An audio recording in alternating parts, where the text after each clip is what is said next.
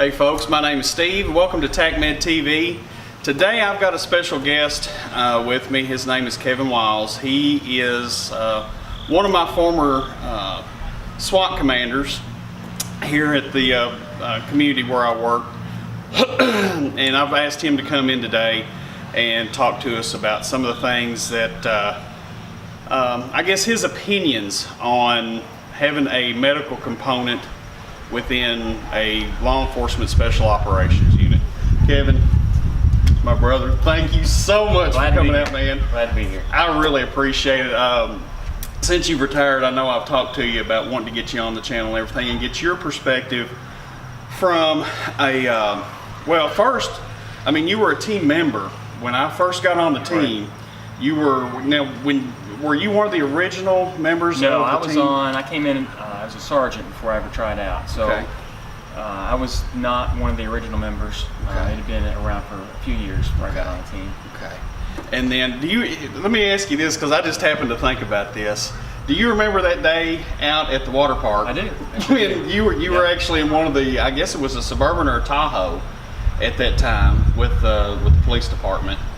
And I had come up and talked to you about, you know, I had just gone to the Heckler and Kock Tactical Medicine School, which is now the International School of Tactical Medicine, and was starting to really get involved in this stuff.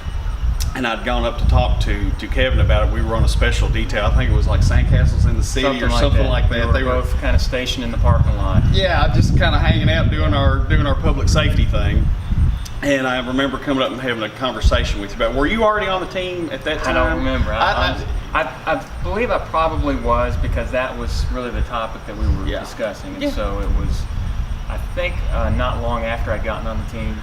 Okay. And but it's funny to think about how long ago that was, and how the tactical medical part of the team is just an integral. I mean, it's just part of it now. When you were an operator, how did you view when we first came in? Honestly, when we first came in, we're introduced to the team, and we come in. What were your thoughts on us coming into the team? Honest opinion. All right, now here's my honest opinion, and I actually have a story about this. Oh Lord, here we go. We were qualifying one afternoon, and there was the obstacle course we were using. There was a door that had been shot up pretty bad, and so it had some jagged metal, and you can imagine this is as the guys are going through this door. The safety brief was make sure you avoid this part of the door because there's some jagged metal. Well, knucklehead number one, myself, I managed to slice a pretty good chunk of my hand going through that door. Now this was prior to the medical team being there, and I had an outstanding commander, one of my good buddies, did a minor surgery on my hand, and then we decided I need to go to the hospital. So I was really happy to have some people who were qualified, know what they're doing, right there with us. And so it was a bunch of stitches later, but when we had the opportunity to have some guys there that you know, one of their desires in their heart is to take care of the SWAT team guys. It's all good, and it's still something I'm very proud to have been a part of. You know, the before and after kind of thing. Oh, absolutely. And then it doesn't seem like it was long. I'm trying to think. Now, were you? Of course, the team had its inception, and I don't mind to mention his name because I'm gonna try to get him on the show here with us, Danny Vickus. Super great guy. Listen, folks, I'm telling you, if I can get him on here, I will. But he's a super great guy. Now, he was the first commander of the team. Now, weren't you you were the second, weren't you?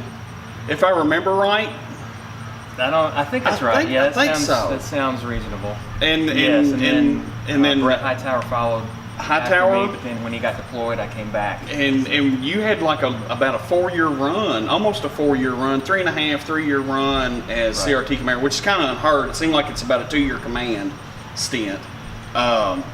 So when you were in there, we had a lot of opportunity, and you and I and the team made a lot of call outs together. We did, we sure did. We had that was some of our busiest years that we've ever had, is when you were in charge of the team.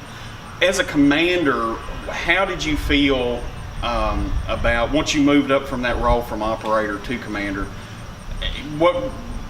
I guess, how did it feel knowing that you had that medical component, and now it's not just, hey, I'm glad they're here, but man, I got to watch out for these guys too. You know, how did you feel how did you feel about that? Well, and the thing to remember about having the medical component is that they're going to be training with us. So initially it was maybe a little awkward because we didn't know as really how to almost not necessarily behave, but you have this new set of people here, and we're used to doing our own thing, et cetera, et cetera. But once you get past that initial, hey, they're actually going to show up every time we train, whether it's 100 degrees or 20, they're going to be here, and so they're in there with us. And so I guess once you got that initial, you know, they're part of us sort of feeling down, then it became, as a commander, for me, it was peace of mind. And I know for not just me, I know that families of members,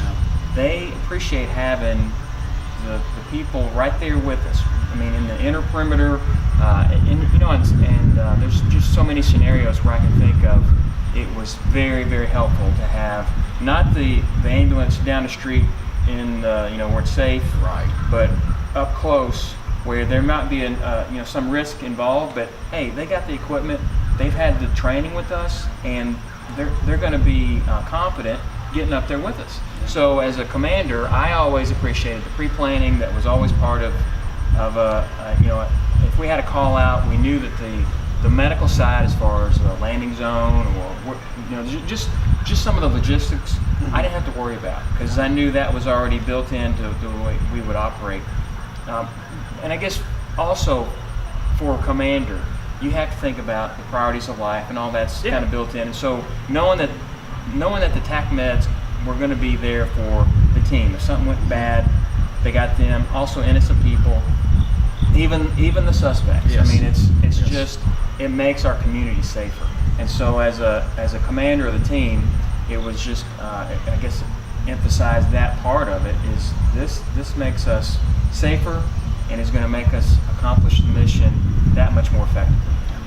And that right there, folks, what he just said is one of the big mission goals for tactical medicine.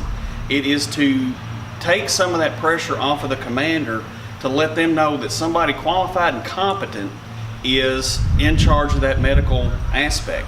And it's not just the medical aspect. If we get, keep in mind, folks, if we get on an extended operation, now we're starting to look at sanitation. Where are we going to have these operators going to the restroom? Where are we going to have the law enforcement officers that are going to be on this thing going to the restroom? Food logistics, hydration. If it goes on long enough, work and rest cycles. These are all things that usually fall to the tactical medic to take care of. So it's important for you guys, if you're going to start working with law enforcement, to make sure that you're trained up on these things. And that means going to a school. All right, find a school, go to school, and learn about these issues that actually make up the job of a tactical medic. It's not just plugging holes. It's not just tactical combat casualty care. Okay, that's just a piece of it. There's a lot more that goes into this, and Kevin just illustrated every bit of that with what concerns were allayed by having tactical medics there. And I tell you what, we had, I remember one in particular, and I'm going to try not to get into telling war stories, because you get two old people together, but sometimes what happens, you start telling war stories and everything. But I remember the one that we had up on Hospital Hill. And this was probably one of the first times that I realized that you as the commander had complete confidence in our abilities, because I remember where the subject was up on top of the hill, and there was kind of like a pump house, a brick pump house that gave access but gave us hard cover to that person just in case we were needed. And I remember asking you for permission, say, hey boss, can we go stage right over here? We've got hard cover. I remember you looking over to where I was pointing, looking back at me and saying, make it happen, go. And I was like, he trusts us, we're in. He has confidence in our abilities. So And that it turned out we needed you to be there really quick, too. we did that day. That was one of the few. We got him on the helicopter, and he's alive today because of what SWAT and TacMed was able to do for this guy. Right. So that's a good thing. We did our job, because it is about saving lives. You know, SWAT, Law Enforcement Special Operations, is a life-saving organization. It's a life-saving mission. So anyway, but Kevin, listen, buddy, I really appreciate how you're retired now. I'm retired. I'm on a fixed income. You're on a fixed income. How is retirement treating you? It's been really, really nice. I will have to say it's actually been better than advertised. Oh, that's awesome, man. You know, we're all working for this right here. We all want to get to that point. Well, Kevin, I'm not going to keep you any longer. I really appreciate you coming out and doing this video with me and for my channel and everything. Of course, you always have a home here. Anytime, yeah, you know, there may be a time I'll call you and say, hey, Kevin, we're doing something on the channel. You want to come and help? And it could be anything. You just never know. But I'll be throwing some more invites out your way. Sounds good. All right, well, Kevin, thank you, brother. Good to see you. Just so you know, hey, I love this man. I trust this man with my life, and actually have on several occasions on the street. But ladies and gentlemen, this is Kevin Wiles. One thing I want to bring up real quick before I sign off of here, because that's going to be the video for today. Don't forget, we've got EMS World Expo 2018 coming up in Nashville, Tennessee. We're going to be there. The entire TacMed TV crew is going to be there. I've got two people that are going to be new to you that you're going to meet. Of course, Jim Williams is going to be there with me. We're going to be shooting videos pretty much, I think, the entire week. I'm going to try to post at least 1 or 2 videos per day during that week of the expo to make sure that you all get, if you all can't make it to the expo, that you get an experience, at least a little bit of what the expo was like, okay? So with that being said, again, if you like the channel, if you like what we're doing with the channel, with TacMed TV, let me know. Leave me a comment in the section below in this video. Be sure to hit the like button. And also, if you're not subscribed, please hit the subscribe button, okay? Help me out. I work this channel for you guys, and when I see the subscriber count going up, it makes me work that much harder, okay? So, and by the subscribe button, there's the little bell. Hit that, and you'll get a notification whenever I put out a new video. So with that being said, folks, thank you for your time. I really appreciate it. And my name is Steve from TacMed TV, telling you guys to stay safe.